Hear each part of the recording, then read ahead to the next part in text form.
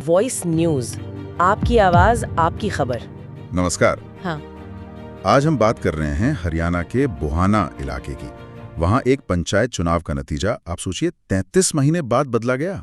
हाँ, ये मोहित मलिक का मामला है, जिन्हें पहले हारा हुआ बताया गया था। वो असल में 51 वोटों से जीते हुए थे। बिल्कुल, और 33 महीने तक कोई और ही सरपंच बना रहा, है ना अजीब? बहुत अजीब। इसी पर आज तक चैनल पर एक बहस हुई थी। कई पार्टियों के प्रवक्ता थे और चुनाव आयोग के एक पूर्व अधिकारी भी। हाँ, तो आज हम उसी बहस को थोड़ा समझने की कोशिश करेंगे कि आखिर ये हुआ क्या ये ईवीएम की गड़बड़ी है या जिसे लोग कह रहे हैं सिस्टम की सेटिंग, मतलब कोई जानबूझकर की गई हेरफेर। और इससे भी बड़ा सवाल ये है कि क्या ऐसी घटनाओं से आम जनता का भरोसा कम होता है चुनाव प्रक्रिया पर? सही बात है। विपक्ष तो वोट चोरी का आरोप लगा ही रहा है। तो इस बहस में क्या क्या बातें सामने आई? सबसे पहले तो यही कि ये 33 महीने का ड्रामा हुआ कैसे। एक जीता हुआ आदमी हारा घोषित हो गया और कोई और, मतलब एक तरह से कहें तो फर्जी सरपंच इतने वक्त तक कुर्सी पर रहा। तो क्या ये ईवीएम की कोई तकनीकी खामी थी या फिर कोई मानवीय भूल या कुछ और? देखिए, इसी पर अलग अलग राय थी। भाजपा के प्रवक्ता थे तोहिन सिन्हा। उन्होंने कहा कि ये एक अपवाद है, जैसे कभी हवाई जहाज का हादसा हो जाता है। अच्छा, मतलब एक अकेली घटना। हाँ, उनका कहना था कि अपवादों की वजह से पूरी ईवीएम व्यवस्था को खारिज नहीं करना चाहिए। उन्होंने ये भी याद दिलाया कि पहले बैलेट पेपर में भी तो गड़बड़ियां होती थी और इसीलिए राजीव गांधी ने भी ईवीएम की वकालत की थी। उनका कहना था कि अगर किसी चुनाव कर्मचारी की गलती है तो ठीक है, जांच हो, कार्रवाई हो, सजा मिले। बिल्कुल, सजा मिले, लेकिन पूरे सिस्टम पर सवाल उठाना गलत है।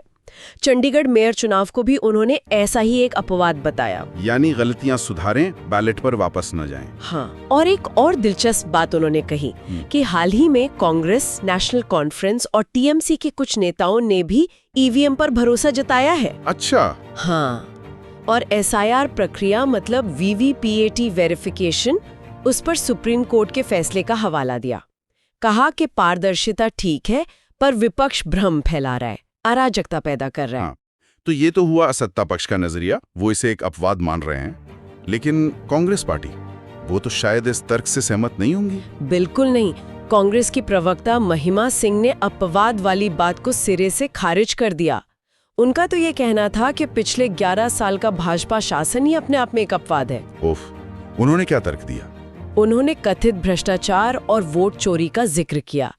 चंडीगढ़ चुनाव का उदाहरण दिया कि अगर वो सीसीटीवी फुटेज न होता तो धांधली पकड़ में ही नहीं आती। हाँ, मतलब उनका इशारा था कि ऐसी गड़बड़ियां शायद और भी हो सकती हैं जो सामने नहीं आ पाती। हाँ, बिल्कुल।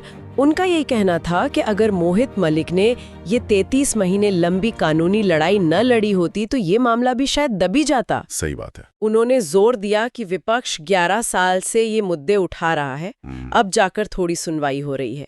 और उन्होंने चुनाव आयोग के रवैये को भी काफी सख्ती से भगोड़े वाला कहा। भगोड़े वाला मतलब जो जिम्मेदारी से भाग रहा हो। उन्होंने सवाल उठाया कि चुनाव आयोग एक संवैधानिक संस्था है, जवाबदेही उसकी है, तो भाजपा उसका बचाव क्यों कर रही है? इस भगोड़े शब्द पर शायद भाजपा की तरफ से आपत्ति भी आई थी बहस में। हाँ, आई थी। उन्होंने कहा कि ये विपक्ष की मानसिकता है भ्रम फैलाने की, जैसे पहले चौकीदार चोर है का नारा दिया गया था। खैर, इस बहस में आरजेडी के प्रवक्ता भी थे डॉक्टर नवल किशोर। उनका क्या नजरिया था? डॉक्टर किशोर ने एक अलग एंगल दिया। उन्होंने कहा कि देखो, अनजाने में हुई गलती और जानबूझकर की गई साजिश या अहंकार में फर्क होता है। अगर गलती अनजाने में हुई है तो उसे सुधारा जा सकता है, लेकिन अगर सुधारने वाला ही अहंकारी हो तो सुधार कैसे होगा? उन्होंने चुनाव आयोग की एसआईआर प्रक्रिया पर हठधर्मिता का आरोप लगाया। और उन्होंने बिहार चुनाव का भी जिक्र किया था, है ना? हाँ, बिल्कुल। 2020 के बिहार चुनाव का उदाहरण दिया। कहा कि वहां करीब 10 सीटें ऐसी थीं जहां हार जीत का अंतर बहुत कम था, जैसे सिर्फ 12 वोट। उन पर संदेह जताया गया था। अच्छा। उनका मुख्य बिंदु ये था कि चुनाव आयोग पर से भरोसा इसलिए कम हो रहा है क्योंकि वो निष्पक्ष चुनाव कराने में जो लोकतंत्र का आधार है उसमें कहीं न कहीं नाकाम दिख रहा है। उनको डर था कि कहीं चुनाव के नतीजे सत्ताधारी पार्टी की मर्जी से तो तय नहीं हो रहे। हाँ, यही आशंका उन्होंने जताई।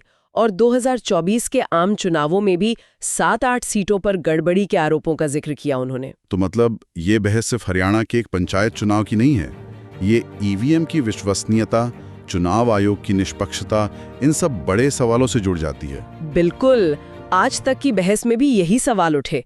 क्या ये हरियाणा मामला आने वाले चुनावों का, जैसे बिहार का, कोई ट्रेलर है? और अगर सुप्रीम कोर्ट भी ईवीएम का नतीजा पलट सकता है, जैसा चंडीगढ़ में हुआ, तो फिर जनता का भरोसा कैसे कायम रहेगा?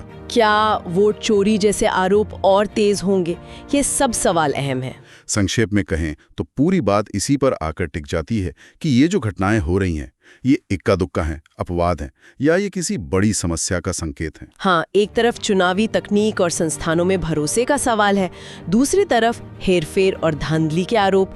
ये एक मुश्किल संतुलन है। और यह हमें सोचने पर मजबूर करता है कि लोकतंत्र अपनी चुनावी तकनीक को लगातार बेहतर कैसे बनाए और साथ ही साथ उसमें लोगों का अटूट विश्वास भी कैसे बनाए रखे। खासकर तब जब हरियाणा जैसी घटनाएं सामने आती हैं, चाहे वो जानबूझकर हो या अनजाने में। अदालती लड़ाइयों के अलावा और क्या रास्ते हो सकते हैं जिससे चुनावी प्रक्रिया में भरोसा मजबूत रहे? ये एक बड़ा सवाल है जिस पर लगातार मंथन की जरूरत है।